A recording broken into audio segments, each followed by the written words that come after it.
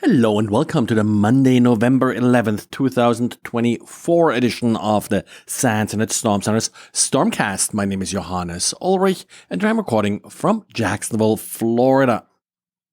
Well, we talked a couple times last week about compressed files and in particular these concatenated zip files. Over the weekend, we got a quick diary by Didier about how to deal with PKZIP files using Didier's own zipdump tool. Zipdump is able to extract PKZIP records and in some cases also extract the data. For more details, check out the diary, which has some users examples here. And this is certainly something if you are regularly inspecting malicious files. Well, so many file formats are actually compressed files. This could come really handy. Well, if you are heavily using Docker, you probably are aware of a number of configuration issues and such in Docker that could make the environment less isolated. In order to check for these configuration issues, there is now a new quick tool created by Edera that does, check for many of these different issues. It does, of course, come as a Docker container and is, as the GitHub repo says, still a work in progress. They're still adding additional tests.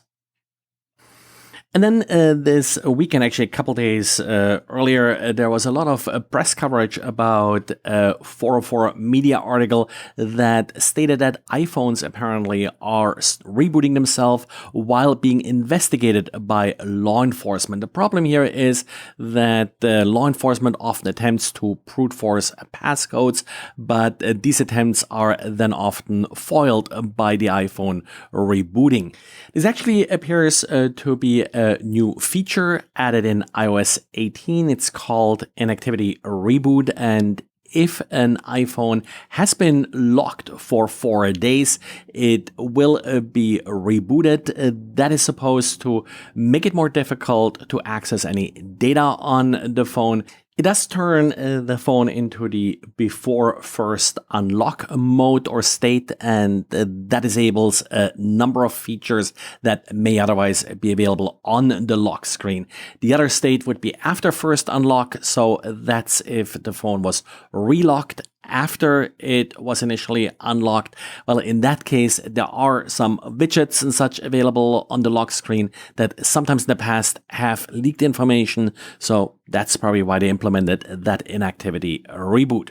The initial 404 media article talked about the possibility of the iPhones kind of communicating with each other and such, but that's not the case. It's just the inactivity reboot feature, and again, added in iOS 18.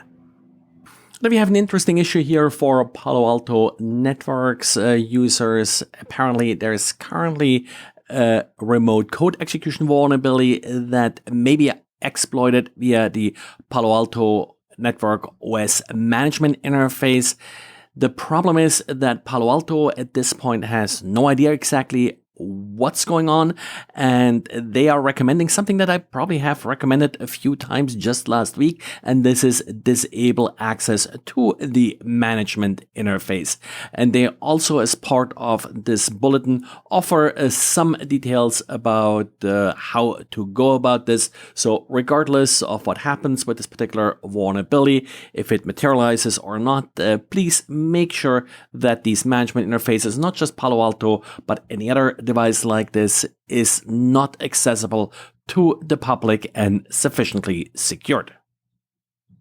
And for dlink router users, we appear to have yet another trivial to exploit vulnerability in these devices. It's a command injection vulnerability, so it gives the attacker full access to the device. At this point, there appear to be at least some patches available. I'll link to the exploit page because I haven't really seen any good page to link to from dlink, but again, patches should be available according to the exploit page. And for everybody not running dlink routers, just double check if your firmware is up to date. It's always a good idea, and there are continuous vulnerabilities in these kind of devices. Well, and that's it for today. Thanks again for listening. Thanks for everybody who keeps recommending this podcast. There will be likely no podcast on Thursday, Friday due to traveling. So only today, Monday, Tuesday, and Wednesday this week.